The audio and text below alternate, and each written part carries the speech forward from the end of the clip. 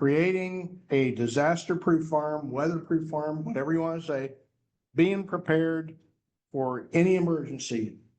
Anybody know what telephone rice is good for? That's an emergency. Be prepared. So, most common disaster is drought. What happens when it doesn't rain? When I was selling seed, I had a guy who lived in Georgia, 60-inch annual rainfall. He said, you don't understand. It hasn't rained here for 5 days. Things are getting tough. And I giggle. And then you look at his place and it's nothing but coral beach sand. And if it doesn't rain every day, it's a disaster. He had pivots because zero organic matter, zero water holding past. So it's all relative. So in year 2012, we're in the midst of the worst drought at that point in our history. You're actually worse in 2018, but 2012 up to that time was the driest year in history. And I went to meetings put on about drought. And the first hour was spent defining what a drought was.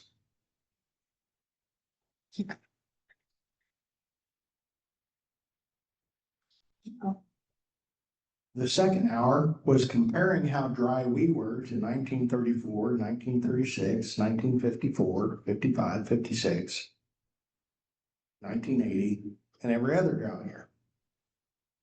And then after those 2 hours, they'd say, well, we're done punching cookies in the back. So we'd look around and say, well, what do we do? Oh, well, weed your calves early and sell them and get rid of half your cows. Like, wait a minute. So what you want us to do is cut our income this year in half, sell the cows we bought for $2,000 for $1,000, and then when it starts raining, come back and buy them back for $2,000.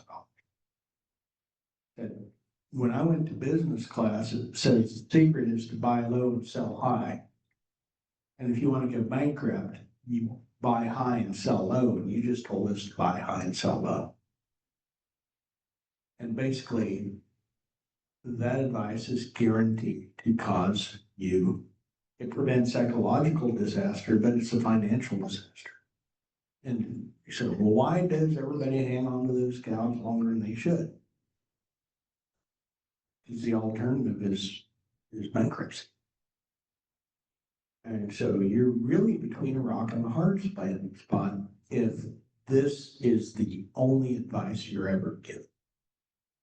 And so I went home with steam running out of my ears about the lack of information when it comes to drought. And that's why I wrote the Drought Resilient Farm.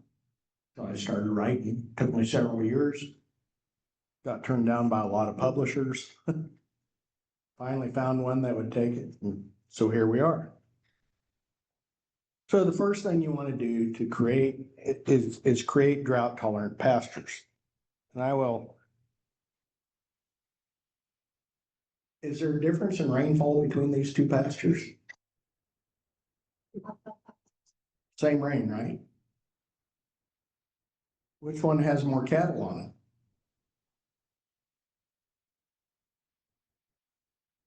Could be a trick question. They have the exact same. They haven't, neither of them turned out yet. This is a consequence of the previous year's grazing. So if, hypothetically, if the rancher on both sides of the fence put out the exact same number of cattle and grazed in the exact same manner, which one's going to have a drought this year? Obviously, yeah. They say droughts have long tails. I'd say no. Stupid decisions during droughts have long tails. And choosing to abuse the grass. Now, quite honestly, this one on the right carried more animals per acre than this one over here during the drought, and obviously is going to this year as well. The one on the right was rotationally grazed, and this one over here was continuously grazed. And you can see not only is there less grass, but there's a lot more weeds out there as well. And so this is the classic J.R. Kreider, 1955, published this deal. Multiple species of grasses, clipped them, and once you got beyond 50% removal, they started seeing reductions in root growth. And so this is where the take half and leave half philosophy comes from. One of the problems with this is half of what? Half of what? Do you have 2 feet of grass and you're taking the top half? Do you have 4 inches of grass and you're taking the top 2 inches? Down to 2. And I would argue that how much you take is not nearly as important as how much you leave. Because when you expose bare soil, you're wasting sunlight. You want to have sufficient leaf area at the end of a grazing period so that you are capturing the photons. You have uninterrupted photosynthesis to feed that plant and to feed that soil microbiome below ground. And here's something else. Take a look at this. 3 inches of rain in 90 minutes, so very heavy rain, pretty good slope, but a silt loam soil should infiltrate. Excellent pasture versus poor pasture, 50%. And I see a lot of pastures that don't have 50% ground cover in my travels. Same rainfall, 2.7 inches went in the soil. Y'all saw the rainfall simulator? 9/10 of an inch into the soil. That's a difference. That's 3 times more soil moisture to work with. Now, what other problem can 2+ inches of rain running off of a steep slope cause somewhere else? That's your flood. That's your nitrate. That's your phosphate. That's your sediment getting into water. That's herbicides getting into water if it's on herbicide treated cropland. Now, this is the picture I promised you of my orchard grass pasture in the drought of 2018. 13 inches of rain in 13 months. Orchard grass looking pretty tough. Surprisingly, all the mare's tail looking pretty healthy.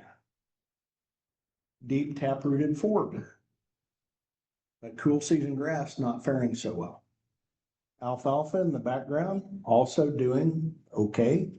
Not great, but much better in the grass. This picture is on the very same day, few minutes apart. My pointer. My orchard grass pasture is right over here on the other side of this tree. This is my warm season. I guess I'd call it my artificially created prairie analog. I've got Eastern gamma grass as my primary grass. I've got about 4 other tall grass species in here. I didn't plant this bottlebrush squirrel tail. That's a volunteer, but I've got alfalfa, I've got chicory, I've got trefoil, I got plantain, I got 30 species of wildflowers in here as well.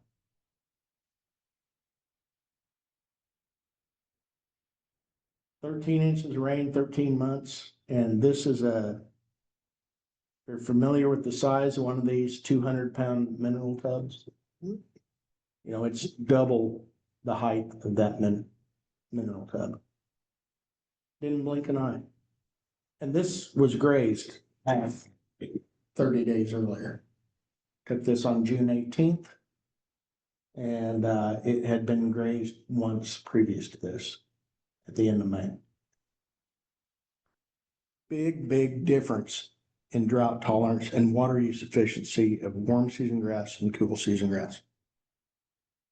So this is from Penn State, so a little closer to here, a little more, similar rainfall, a little warmer than here, but similar rainfall regime and, northeast US type soils, a little better soil, a little warmer temperature, but look at the relationship. Shallow, dry soil here, deep and fertile soil here. These first four are all cool season grasses. Look at the reduction in yield when you get into the poor quality soil. These are warm season grasses. About a 10% hit. Not 75. Barely blink an eye. So when I say these grasses are more water efficient, I mean, that's code for these grasses are more water efficient.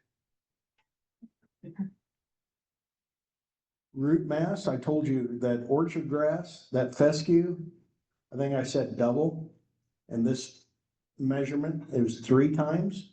Reed canary grass, 4 times. The root mass. So reed canary grass thrives in wet areas because of that parenchyma tissue in the roots, but it will also thrive in upland soils in a drought.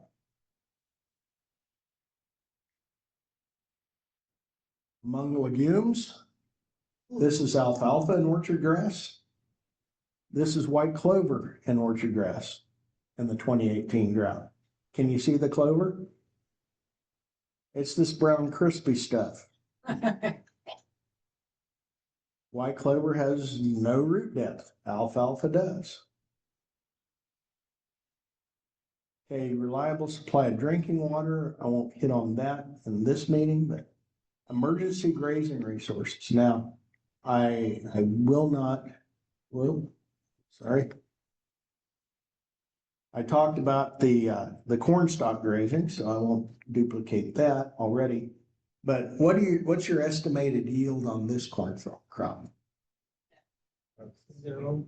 0, right? So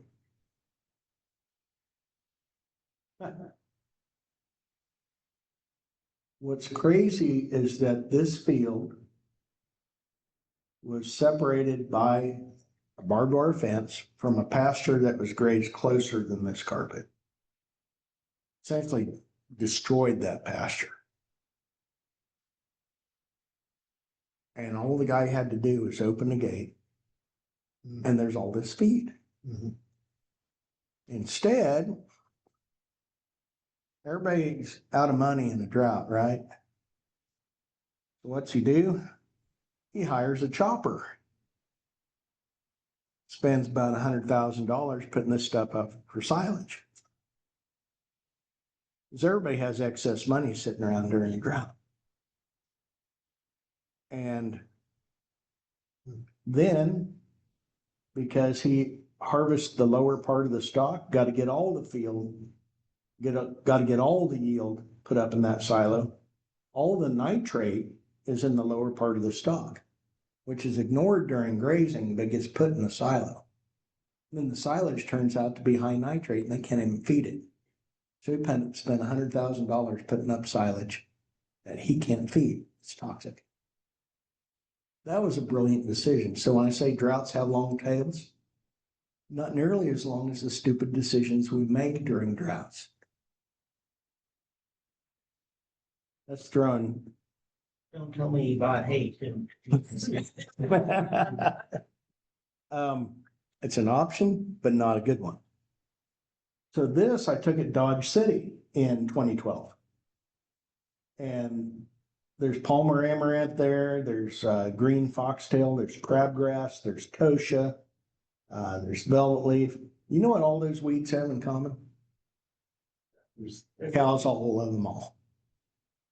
High protein, they're nutritious, And so I snapped this photo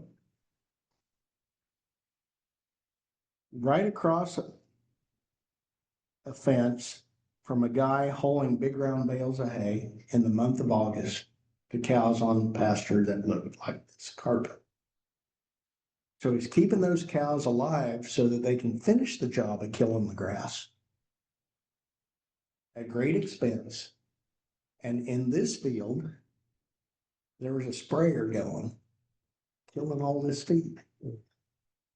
So he was making sure to kill his, spending money to kill his feed and spending money on hay to make sure his cows stay alive long enough to kill his pasture.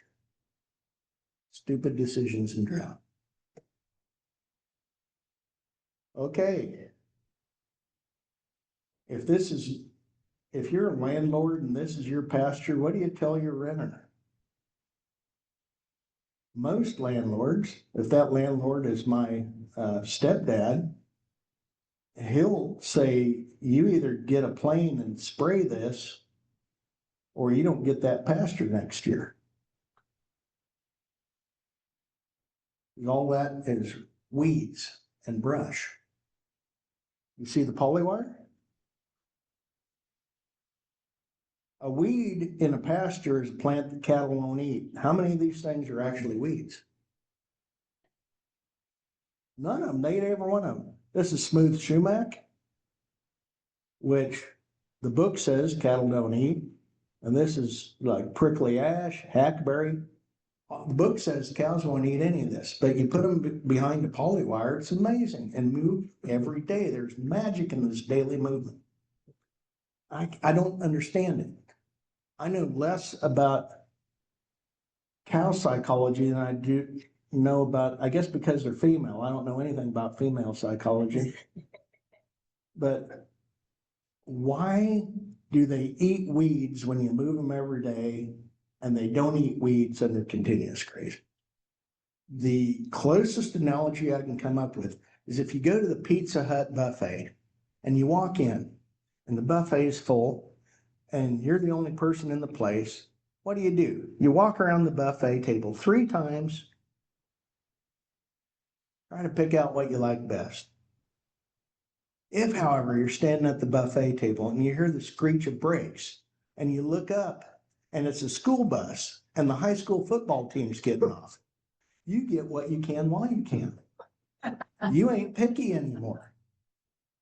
Because if you're picky, you're going to starve. And for some reason, when you bunch cattle together, and I used to think, oh, sure, if you starve them down to nothing, they're going to eat weeds. But that's not how it works. I was leaving a 1-foot residual on my grass. And the weeds were disappearing as soon as I started moving every day. I went on the road for a week. I said, I'll just give them 7 days worth. When I came back, all the weeds were still standing. Did they know how long I was going to be gone? There's no way they could have known. But they seem to, because that's when they choose to get out. When I'm the farthest away from home on the trip, that's when they get out. That's when I get the call from the neighbor. So that, sorry. Yeah, that's the screen that I showed you with get the sprayer out. Trees can be a wonderful resource. This is in drought of 2018. That's a hackberry tree. My grandpa got through the drought of the 50s. They tried to establish a silkworm industry in Kansas. So they planted mulberry trees. And the silkworm never minded anything because they found out even in 1885, Americans won't do that kind of work. And the Chinese, once they brought them over here to do that kind of work, found out there's easier ways to make a living in the US of A than tending silkworms. And so the silkworms never minded anything. The silk industry never minded anything, but those mulberry trees, they went wild. And so Grandpa's family sold their farm in western Kansas, bought a farm for a great deal in eastern Kansas, where it rained.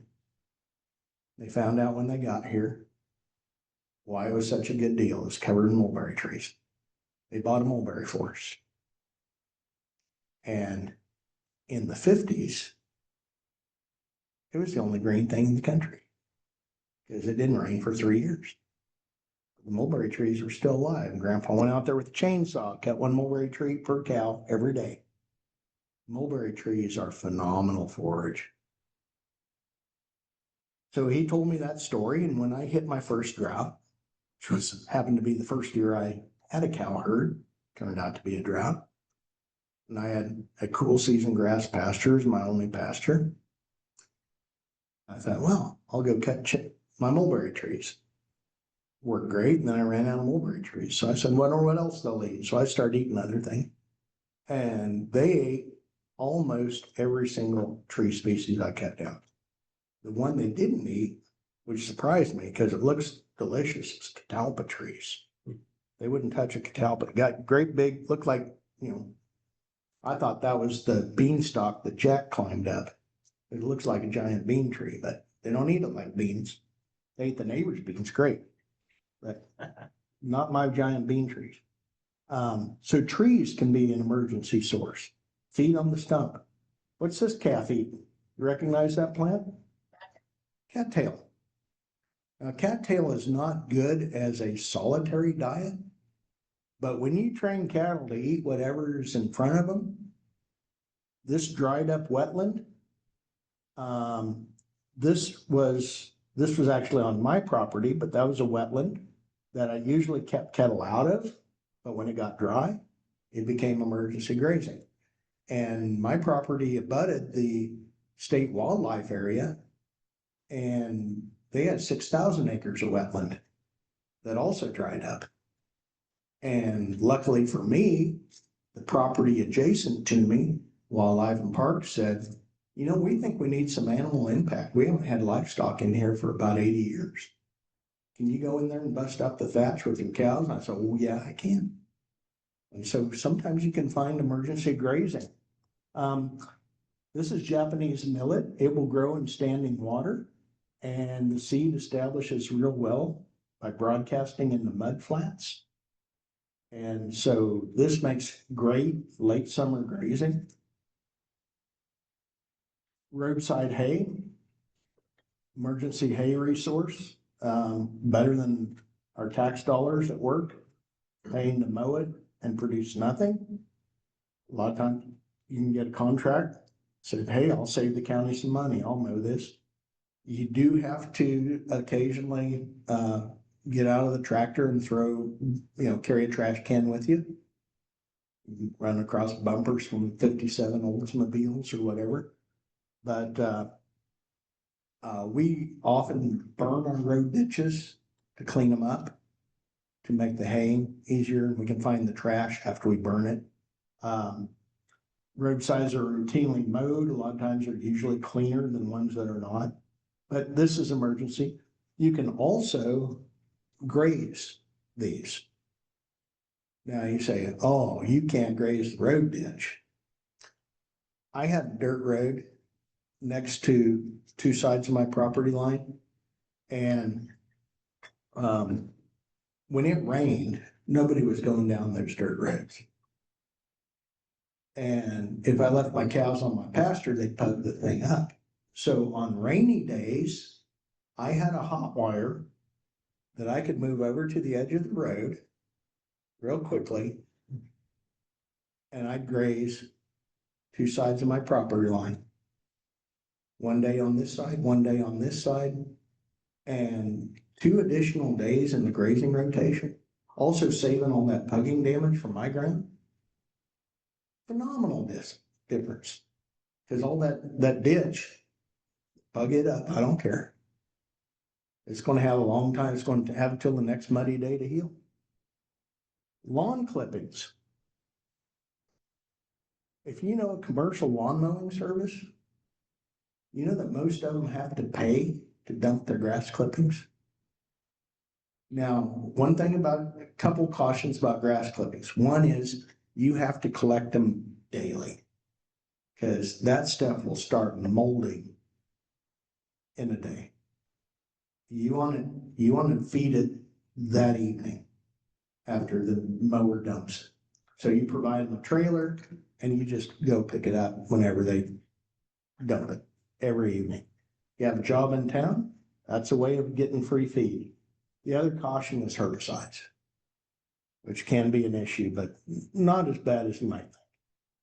Now, step 4. This is basically like stored feed on hand. Do not buy hay in a drought to maintain herd. Because what happens to the price of hay? When do you buy hay? You buy it hay at the end of winter when everybody's trying to get rid of their excess inventory. And you store it so it keeps. So you wait until the shrink has occurred. You buy hay at basically, you know, a fire sale essentially, when everybody's out of money, trying to change excess hay inventory into cash. This is old billboard fabric, and that's oil field sucker rod here, weighting it down. These are utility poles to keep it up off the ground. Hay stored like this will keep for years. So you buy it when it's cheap. You know, years where there's a surplus of hay, and then you just store it so it keeps. If you got a barn, put it up in the barn. But the nice thing about this, you can do this at the edge of the field for very little money. And it's handy. It's right where you're going to feed it. Here's another one. Has anybody seen these cattle panel greenhouses? This is also a great little hay barn. You can put a single row of big round bales in there. You can make that as long as you want. You just have boards here. I like it so when it's mobile, you put it on skids, so you can move it around. And you can rig it up so that you can put a sliding slant bar feeder in there. You have a gate on it and a sliding slant bar feeder. You open it up, the cattle can just eat their way in. And then after they turn all that hay in the manure, you know what this becomes? A greenhouse. Same way it started. And you got mulch and fertilizer already in your soil, and you didn't have to spend money to put it there. Another thing you can do with it in the summer, use it as a solar kiln. Or if you have a portable bandsaw to make your own lumber, that's a solar kiln. Heats up, you got to get up above about 120, function as a solar kiln, but that'll easily do it. You just put a fan on one end, keep your airflow going. You got a solar kiln. You can use it for hay storage. You can use it for hay feeding. You can use it for winter greenhouse, summer kiln. Really incredibly versatile structure. So how do you and how do you not feed hay on pasture? There's a book Walt Davis wrote called How to Not Go Broke Ranching. Number one in his book, cause of ranching bankruptcy, was feeding hay on pasture in a drought. Not only are you buying the hay at great expense, but you are subsidizing the cattle while they destroy your pasture. Because they will prefer to eat anything green above that hay, and so they will destroy your pasture while you keep them alive. Do not do that. If you absolutely need to feed hay on the pasture in the growing season, create a sacrifice area with hot wire, destroy only a small part of the pasture. I know the idea is, well, I'll feed less hay if they can get a little grass too. Not the way it works. They're going to destroy your pasture. Don't do it. You'll pay for it for decades. During the dormant season, however, pasture is a great place to feed hay. Pugging aside, and we'll talk about pugging, because that is nutrient transfer. So you want to keep that feeding spot moving year to year, day to day. Keep that spot moving. And do it on your worst area. I know people that do it in their like shrublands, their thickets. Cattle destroy, like we have wild plum bushes. Cattle will destroy this thing. Stick a bale of hay in there, let the cows do the work. The space bale feeding, we talked about that, but I didn't show you, whoops, sorry. I didn't show you the results. Look at this, control.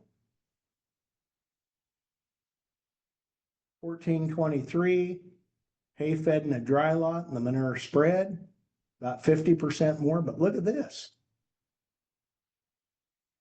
Now this bales process, this is basically rolled out. This is grazed in place without hay rings. So rolling it out, a little more beneficial because this factored in the dead areas where the bales, there was too much thatch and kind of killed the spot out in the grass. Look at that, triple productivity. Okay, now step 5, this is plan A, B, C, D, E, not plan A. The drought meetings I went to, this was plan A, destock.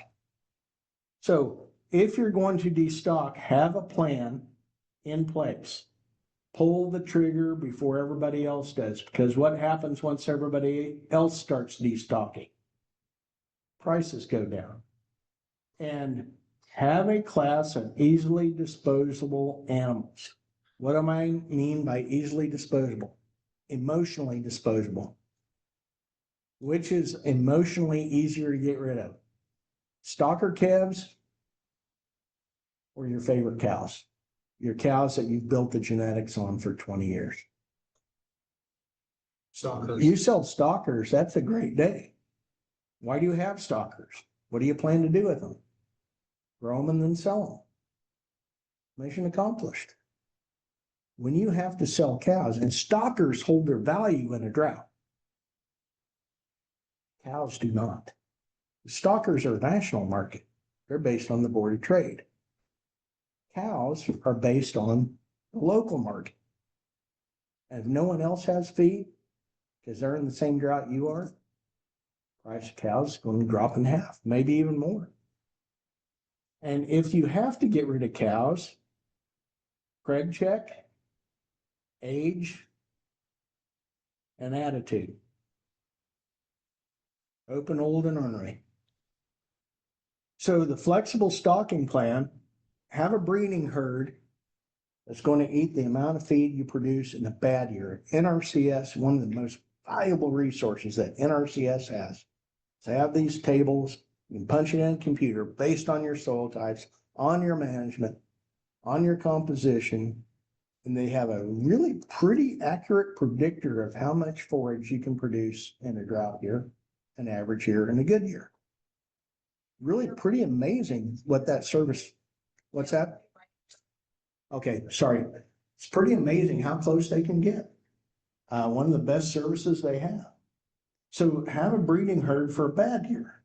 And then add stalker animals, and maybe it's not stalker cattle if you have cows. Maybe you run goats, maybe you run sheep, maybe you run pigs, maybe you run chickens. I don't know, ostriches. I wonder how many grasshoppers an ostrich can catch. So selling stalkers is a good day, but selling your breeding animals at drop prices will bankrupt you. That is a disaster. So try to have good days, not disastrous days. Flood, that's disaster. How do you prepare for a flood?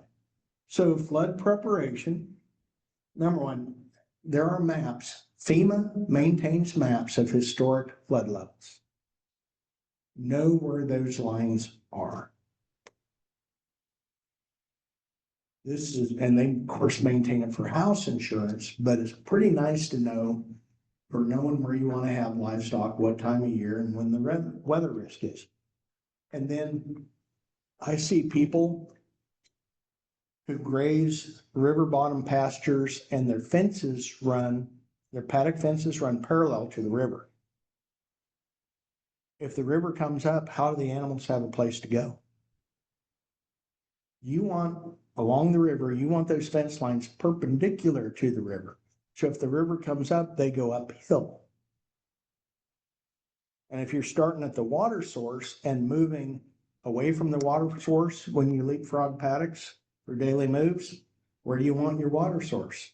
At the river? You want it at the top of the hill. So they can always have an escape route. And maybe you want to have some hay stored at the top of the slope so that if water's covering up most of the patch, they have feed.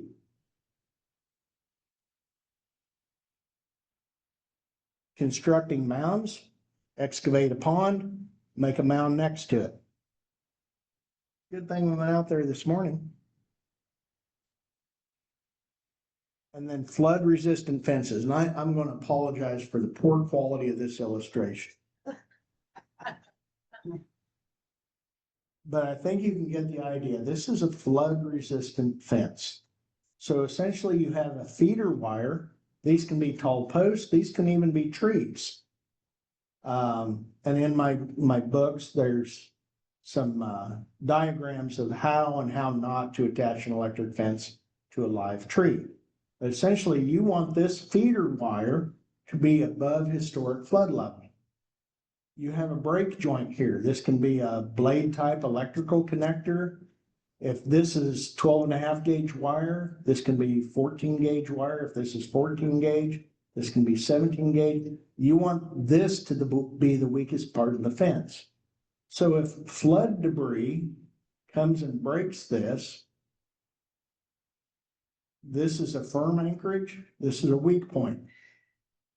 You don't want a hot wire dangling in the water if this breaks. If debris comes through here, water comes up, you want it to break here, and so this will be dead. But instead of the entire fence being dead, it will only have gaps where these come apart. You don't have, I learned this the hard way. I had my entire calf crop in a creek bottom pasture, and we got 8 inches of rain in an hour, and my herd was swept away. And, or I don't know what the sequence was. I wasn't there. It's a bad thing when it happens when you're, 500 miles away. When it happens, there's nothing you can do about it. And this field is surrounded by cornfields for a mile in every direction that were tasseling. You can't find them. And your neighbors get really growly when your remnant cow herd is living off their cornfields. And what happened was a tree got knocked out, got caught up in the fence, and dragged the fence for a half a mile downstream. And so there was no fence keeping these cattle. Now, I did lose a number of them. 2 months later, I rounded up most of the survivors, but it was an absolute disaster. And as I said, never, ever again. And so that's when I came up with this idea for a flood-proof fence. It's not flood-proof, but if on a normal fence, tree gets caught in here, the whole fence is dead and broken, taken out. On this flood-proof fence, you get a 50-foot gap. That's out, and that's it. And that's pretty easy to fix. All you got to do, string it back. Remember, it's attached here. It'll just be pointing straight downstream. You just thread it back through this screw type connector and reattach it up here, and you got a working fence again. Easy. A lot easier than dragging 30-foot high brush piles and 4 strands of electric fence a half mile back up street, or rebuilding an entire fence. So here's another option for a flood resistant fence. This is a pleached willow fence. These are live willow trees. This was a very common method of fencing in Europe, pre-barbed wire days. Essentially, stick willow twigs in the ground, a foot apart, and then just weed them. willows will sprout in moist soil, sprout roots from a twig, and they will inosculate, which means they will fuse together. This becomes one solid willow tree. And if you want to, you can take a chainsaw, cut it at the base, pick the whole thing up, run a trencher, drop it in, and you've got an instant fence anywhere you want. And the fence where you cut it off will regrow, you weave it again, you repeat the whole process. This, every flood you get, the debris will catch in here, the willow will sink roots into it, and they get stronger every time it floods. Crazy. And that'll hold back basically any livestock once it gets grown. Gets stronger every year. Okay, mud. This is why people tell me they can't feed hay out on pasture. What do you notice about this photo? That's the only place he ever feeds hay. Yeah. The whole pasture isn't pugged, right? It's just where the animals are concentrated. They've got dry soil in the background. So what's that tell you? Is this a climate issue? Or is this a management issue? Okay, so pugging. So there's two things you can do about creating a sacrifice area for pugging. I've got a number of different strategies here, but strategy number one is to choose the firmest sod that you have for your sacrifice area. What's the best sod? And I'll rank grasses based on the quality of their sod. Rest it during seed formation, so it goes up fully, produces seed, and produces a whole bunch of stem material, because that stem material becomes bedding. And all that seed in the ground, if you have a pugging event, when you feed hay, you got all your planting already done for your next crop. So as far as firmness of sod, this is one of my eastern gamagrass fields. So eastern gamagrass is probably the best sod. Now it takes about 5 years to fully develop its sod qualities, but it is almost like a solid block of wood. I tried to do it. I had NRCS come out. They wanted to soil sample my gamagrass. And they had the tractor mounted probe, you know, with the hydraulic press. And the guy was poking holes in between my clumps. I said, hey, let's poke a hole in the clump. He said, oh, that'd be cool. Let's check it out. So he put the probe in the clump and the pickup went up in the air. That clump on that little beveled 3-inch pipe supported the entire weight of that pickup. And we sent the soil sample in 3 foot deep, and the soil sample came back NA. What's NA mean? I called them up. They said, well, after we threw away the root fragments, there wasn't enough soil to sample. It was solid root 3 foot down. It's almost like one big tree trunk in the ground.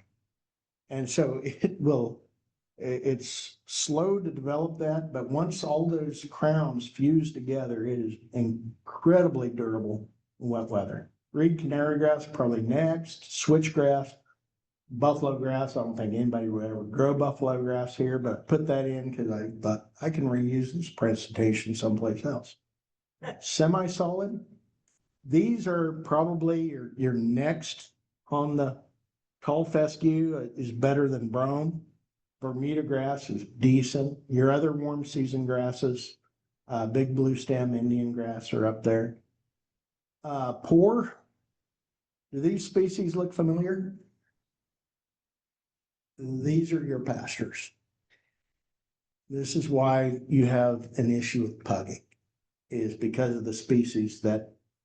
So if you want more pugging resistance, grazing management has an impact, but species selection has none.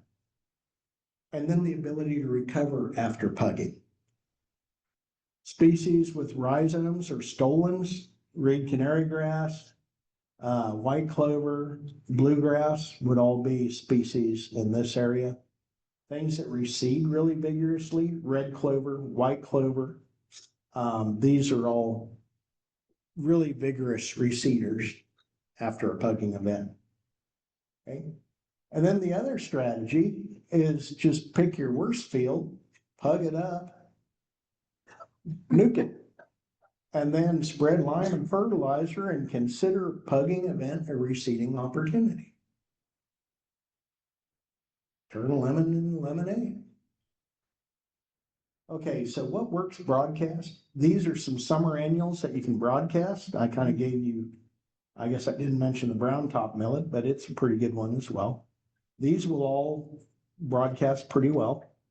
As far as cool season annuals, if you have a pugging event in summer, annual ryegrass, Berseem clover work really well. Actually, cereal rye doesn't work too bad. Perennials that broadcast pretty well would be among these. Okay, wood chips, you are in an area that is blessed with an abundance of lumber mills. And you tell me the score. Can you get wood chips very easily here? We use it for food. Yeah, They're trying to monetize them now. they're free at the recycling station in my town. You can get them from tree trimmers, but not lumber mills. Yeah, we barely have any lumber mills, but we can get them from tree trimmers. And most of the tree trimmers have to pay to dispose of.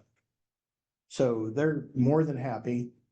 I've found that for a 12-pack of beer will get you all kinds of wood chips. So you can use, whatever. Oops, sorry. So love wood chips, put it in a layer, do your bale grazing on that. You don't fight mud. Next year, that becomes your garden spot. You've got the mulch and you got the fertility. We're commenting on wood chips, and I know it's an issue with horses. What's the kind of wood chips that you actually use? You do not want to use walnut around horses. And black walnut, you don't use around horses. Right. And red cedar is usually not a good idea. It has the oils in red cedar. You want to compost those species before. Another problem with some of the tree trimming is sometimes they'll have poison ivy in it.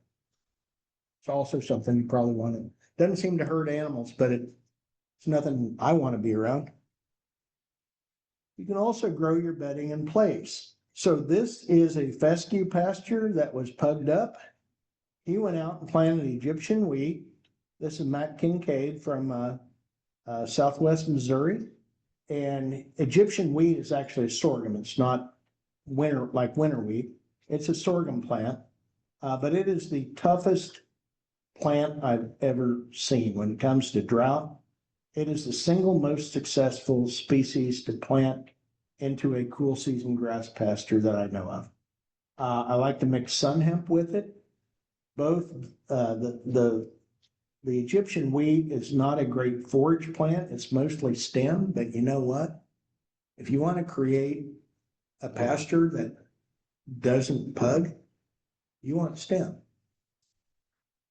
You lay down a bunch of stem and hold your animals up, even in a wet winter.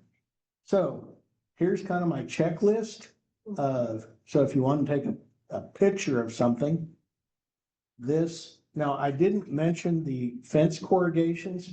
Basically, this is just like a little square inside the fence, your perimeter fence.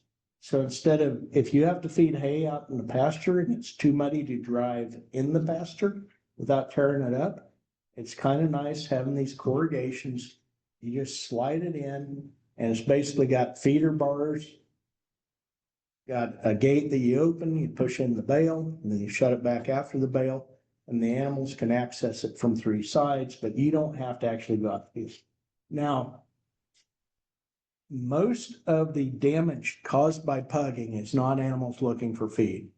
It's animals looking for a dry place to lay down. If you provide bedding, you will drastically reduce the amount of walking around that they do.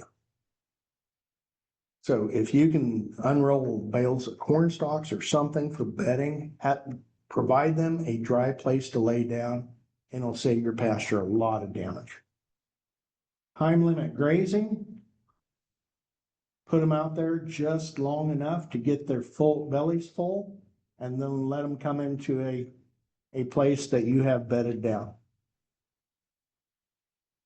Okay, snow. Oh, See the ear tag in the nose? Yeah, this is Kansas winter of '07. So what do you do about snow? Well, I think it's really important to know where snow drifts will occur. And usually drifts occur in the same location about every year. If you're now in my area, the prevailing wind from the north in the wintertime, and I know where the drifts are going to occur. They're going to occur in the same exact place where I built all my gates years ago. I put the gates on the southeast corner of the windbreak. And the snow comes around the windbreak, edge of the windbreak, and drifts right inside my gate. Really poor location to put a gate. So what do you do about it? Well, you use a snow fence and alter the location of that drift away from that gate. Move 30 feet upwind and put a snow fence there. Cause the drift to be deposited someplace else. Okay. Make sure that you can access livestock in deep snow if you need to. Make sure the livestock can access feed and water. Now, if they are grazing in snow, oftentimes they don't need water. If they're eating dry hay in snow, usually they will. Because they don't actually eat snow, they eat the snow that's on their feed. So if they're grazing in snow, they don't need water. If they're eating hay in snow, they will. So have bales close to where they need to be fed so you don't have to be trying to go up and down the road. Having your bales already out there in the feeding location where you want them, you know, and say, well, if it snows, then that poly wire is going to go down on the ground. Yeah. You know what that means? If it snows, they're taken care of. And they're going to waste some more, but they can get feed even if you can't get out there. That's not a bad thing. Now, you can also, there are forages that will be available even in deep snow, and I'll show you. This is four-winged saltbush. This is out in Colorado. This is a native shrub to the plains. There are several other shrubs that kind of fit in the same category. But this is in the dead of winter, and these leaves hang on the plant. They're 16% protein. And this is roughly 6 foot tall. So this is a great winter grazing resource. When I deal with people, I try to plan out when I have clients, they say, what do I do if it snows?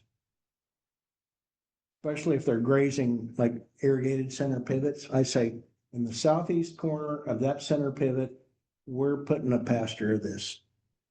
We're going to have a windbreak of pine trees, and behind that windbreak of pine trees, we're going to have a pasture of tall fescue, four-winged saltbush, and other things that maintain their quality and stick up above the snow. Okay, what do you do about extreme cold? Frost-free waters. This is a Mirafound. This is the model that I used for years.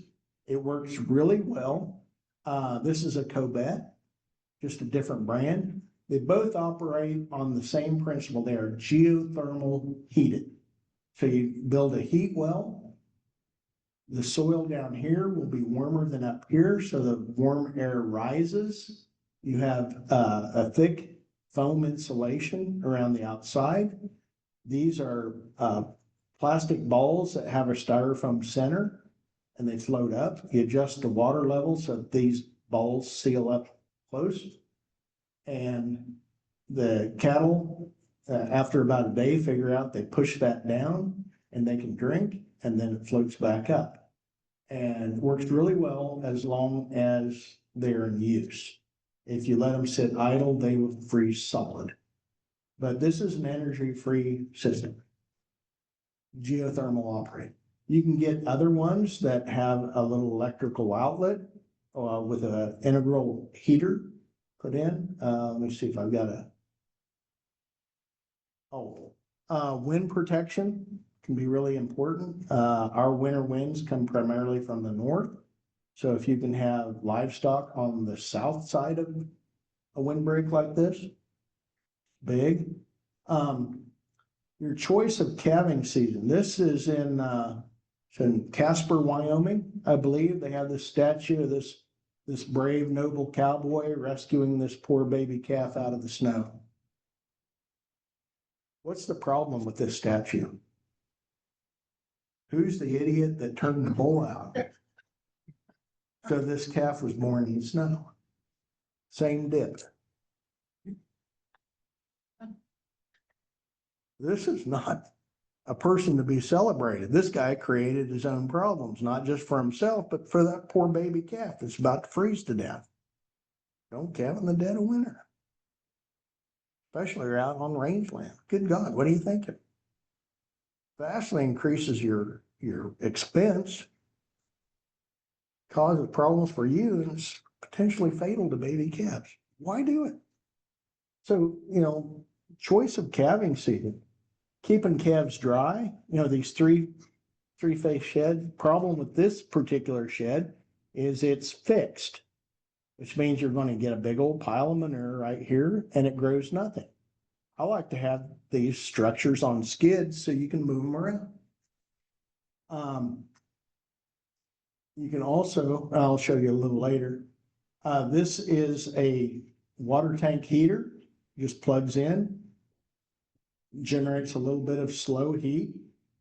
This guy is building his own snorkel stove. So firewood and air goes in here. Have a fire that goes in. This sticks inside the water tank and the exhaust comes out here. Now there are other ways of doing this as well, but this is just one design. Moving water doesn't freeze. So this is just basically like a little fountain pump for decorative fountains. And this is hooked up to a solar panel. So it just solar panel and a deep cycle marine battery, and this just circulates the water. I like to have a pump right at the edge so it keeps the tank swirling. It keeps it from freezing up. This is basically these little aquarium bubblers that are used like in on boats for your bait, your live wells. Keep your bait fresh. When you have those air bubbles, keeps the water from freezing. This takes less energy to move air than it does to move water. So the battery lasts a lot longer on one of these. And this is an overflow inside a stock tank. And then if you have one stock tank here, you have your overflow, goes down to another stock tank downhill. The overflow for it one goes in. So you pump to the top and just keep cascading down. And in each of those tanks, you have flowing water it travels underground between each one. So between each tank, it heats up. Okay, so extreme heat. So here's a little portable shade structure. This is a University of Missouri deal. It's on skids, so you can move it around.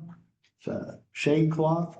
This also can be permeable or it can be impermeable. If it's impermeable, it's also a rain shelter for baby calves. You can also put fabric around three sides of it, make an open face shed for winter use. Take that off and it can just be a summer use shed. The problem with those is they blow over in the wind. Well, what can you find around a farm that's heavy to anchor that thing down. How about a hay bale? This is just a portable shade. This is a mineral feeder. And this is a hay feeder. And this gets drug around. So this is kind of a one jack of all trades sort of device that gets drug around from paddock to paddock. The hay I like to feed in here. If they're on cool season pasture, I like to feed them warm season grass hay. The different rumen microbes that digest each one of them. So if you're feeding them both warm season and cool season grasses, at the same time, there's no transition period when you move from one to another. They just keep going. This is how you establish cottonwood trees or any other poplar. Cut a twig with green bark, stick it in the ground, water it. Now this, you can tell there's yucca plants here. This is out in West Texas. This is not wet country, but these cottonwood poles have taken root and they're going to turn into a tree. And this is the fastest growing tree that I know of. They'll grow in temperate areas. Cottonwood, which is a giant poplar tree, but it'll sprout from twigs. Fast way to establish a forest. This is a grape arbor that's being used as a shade structure. This is agroforestry, silvopasture. If you want to have the maximum cooling effect, you have the rows oriented so that the prevailing summer wind blows between the tree rows. Now in my area, prevailing summer wind is from the south. So we'll run the tree rows north and south. In the morning, the shade is to the west of the trees. Cattle will be on the shade and in the wind. In the afternoon, the shade is on the east side of the trees from the sunbeam in the west. So they'll stand east of the trees and they'll be in the summer wind. So they can be in the shade and the wind at the same time. In the wintertime, we like east-west rows. So we'll use pine trees to block the summer or the winter wind. We'll use deciduous trees like black walnuts or some other tree to allow the wind to blow through. Just change the orientation. I got this idea, NRCS tells us to keep cattle fenced out of the pond for good reason. If you want good water quality, you want good pond longevity, you want good ecosystem, you want fishing, you want to swim in there. There's probably 30 or 40 good reasons to keep livestock fenced out of ponds 99% out of the time. But if you have heat stress, it's pretty nice if they can go swimming. So I have a friend, he's got his own excavator. He goes outside, he fences the pond off. He has a pipe that goes from this pond. This is just an excavator scoop wide, 6-foot excavator scoop bucket. Pipe connecting these two. He has a solar pump, pumps into a tire tank. They'll drink out of this. And then the overflow goes into here. So the overflow fills this pond. This is the swimming pond. They can foul this up without fouling up this pond if they go swimming. So this cools them down, but this is their drinking water. Once this gets muddy, they don't drink out of here. They'll drink up here. So they can have clean drinking water in a swimming pond. And your main reservoir here has, all the fish, clear water, good water quality, all that good stuff. And then this is air temperature on a warm day in Oklahoma. 97.6. This is bare soil temperature at the same exact time, 117. This is a few feet away, 80.6. This is vegetated soil with a thatch. Cover crop mulch, this is actually crop field. So this is mulch from a cover crop, and this is a another summer cover crop growing in this. 40-degree difference between bare soil and vegetated soil. Where would your cattle rather be? And this is a mister. Cattle walk through this. If you have this in between paddocks, once cattle figure out that that cools them down, they'll walk back and forth and play with this all day. And it's all done automatic. And if you want to use insecticide on cattle to kill flies, you can fill this full of whatever insecticide you use. But lacking that, I think there's better ways to kill flies. But that's a topic for another day. But this will cool them down as well. I don't think I'll go into, is wildfire a concern at all here? Okay. Canadian, Texas. You hate it when your client sends you photos like this. And the sad thing is I sent them a report and I called them. I said, hey, have you read that report yet? I said, no, I'm about 3/4 of the way through. Well, I'll give you a couple days. And I called him again. And he lost his entire cow herd and his horses and his home a week after his daughter died. That's the phone call you never want to hear. And the part about wildfire prevention was at the very end of that report. And he never read it. So I'll skip over the wildfire part, which means I am done. I've got a few strips in here on wildfire, but anyhow. In a nutshell, can you say what the wildfire prevention principles are? Creating fire breaks, pre-burning, having basically like everything else, having a plan. But I've got a lot of stuff on wildfire, and a lot of that stuff has been put in since that day in Canadian, Texas. About 500,000, 80-mile-an-hour winds. The grass this tall. Warm season grass is tinderboxing in the wintertime. That happened in February. It was just really horrible conversation to have. Will you leave us on a high note? You will not have to deal with that. How's that? Hopefully. But I hope that what we've talked about has been helpful for you. Just getting the hay out of your operation, making it so you do not rely on hay. Or if you do rely on hay at all, it's almost always cheaper to buy it than it is to bale it yourself. Most hay is put up at a loss. You know, let people do that. And people say, well, I want to be able to control the quality. And you can only control the quality if you can control the weather. It's easier to control the quality by picking out the best from what other people have put up and do it early. You pick of the crop.